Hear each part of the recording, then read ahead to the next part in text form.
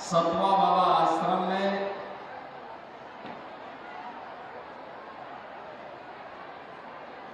शिव महापुराण की इस पावन कथा के व्यासपीठ पर विराजमान विश्व प्रसिद्ध कथा व्यास पूज्य स्वामी पंडित प्रदीप मिश्र जी,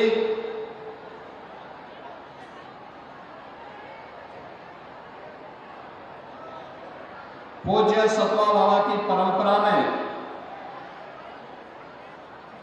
जगत गुरु के रूप में जिनका अभिषेक इसी महाकुंभ के आयोजन में हुआ है, ऐसे इस पूरे कार्यक्रम के आयोजक जगत गुरु श्री सतवा बाबा श्री संतोषाचार्य जी महाराज, पूज्य संतजन और लाखों की संख्या में उपस्थित प्रदेश और देश से जुड़े हुए हमारे सभी उपस्थित बहनों और भाइयों, मैं सबसे पहले महाकुंभ के इस पूरे आयोजन में इस पावन कथा के माध्यम से सनातन धर्म के इस विराट स्वरूप को प्रदान करने के लिए व्यासपीठ पर सुशोभित पूज्य स्वामी पंडित प्रदीप मिश्र जी का मैं महाकुंभ आयोजन समिति की ओर से हृदय से स्वागत करता हूं, अभिनंदन करता हूं।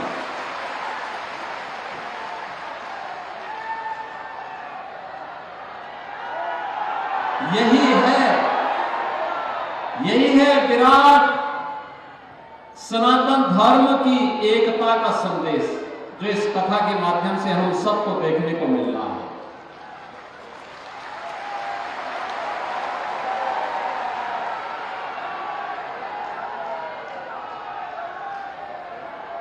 मैं आप सबका भी स्वागत करता हूं।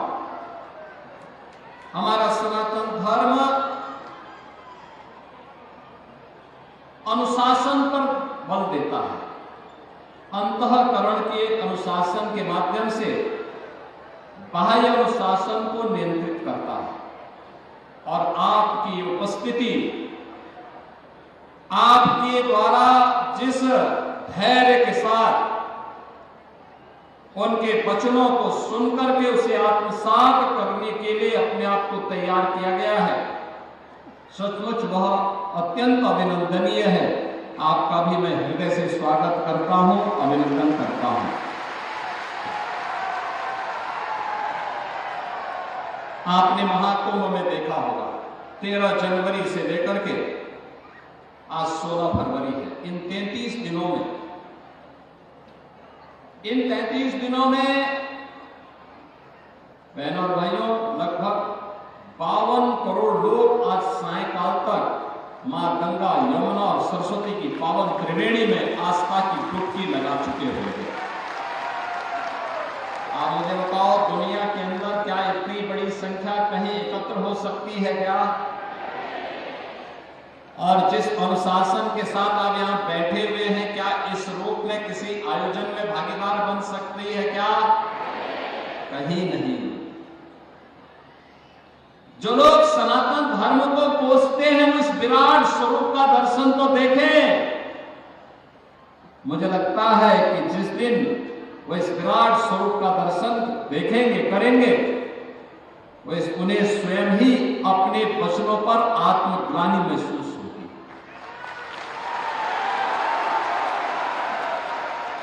कुछ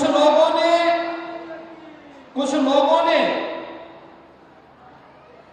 अपने जीवन का ध्येय ही बनाया है भारत को पोषना, भारतीयता को पोषना, सनातन धर्म के खिलाफ षड्यंत्र करना।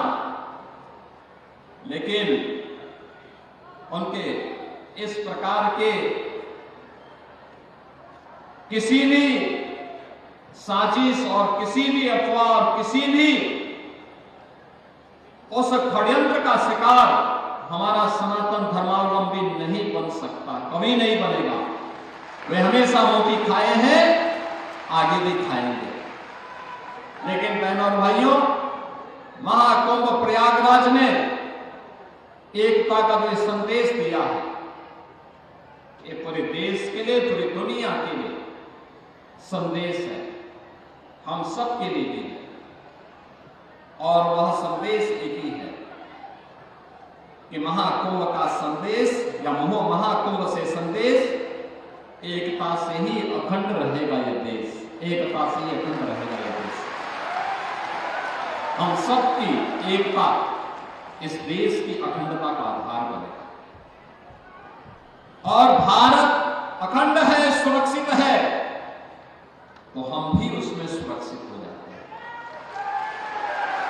हमारे धर्मस्थल सुरक्षित रह जाते हैं, हमारे पर्व और त्योहारों की परंपरा सुरक्षित रह जाती है, हमारे मठ और मंदिर, हमारा धर्म सुरक्षित हो जाता है, हमारी बेटियां, हमारी बहनें सुरक्षित हो जाती हैं।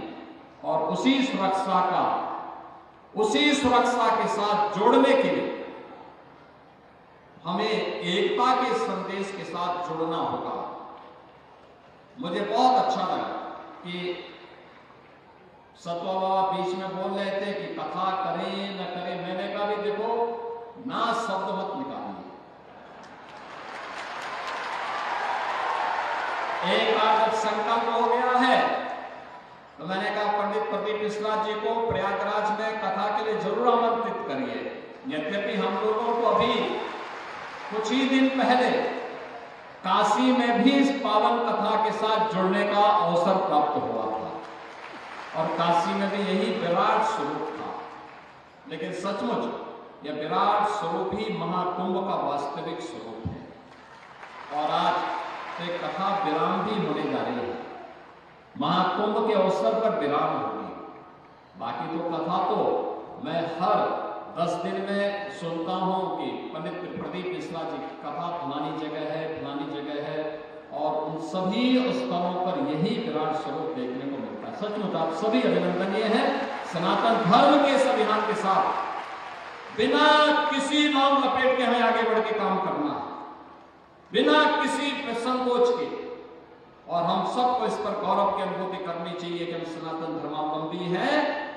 और इसी के लिए स्वामी विवेकानंद ने कहा था कि गर्व से कहो हम हिंदू हैं। वही तो संदेश है, वही तो संदेश है हमारा महाकुंभ दे रहा है। हिंदू होने का मतलब विश्व कल्याण का मार्ग प्रशस्त करना, हिंदू होने का मतलब भारत की एकता और अखंडता की गारंटी देना, हिंदू होने का मतलब केवल मनुष्य ही नहीं, चराचर जगत की सुरक्षा की गारंटी देना।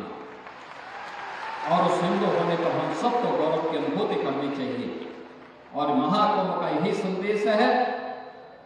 मैं आप सबका व्यासपीठ पर विराजमान पूज्य स्वामी पंडित प्रदीप मिश्र जी का, आप सभी श्रद्धालु जनों का और इस पूरे कार्यक्रम के संयोजक जगत गुरु पूज्य सतवा बाबा परंपरा से जुड़े हुए पूज्य संत श्री संतोषाचार्य जी महाराज का हृदय से मैं अभिनंदन करता हूं, स्वागत करता हूं।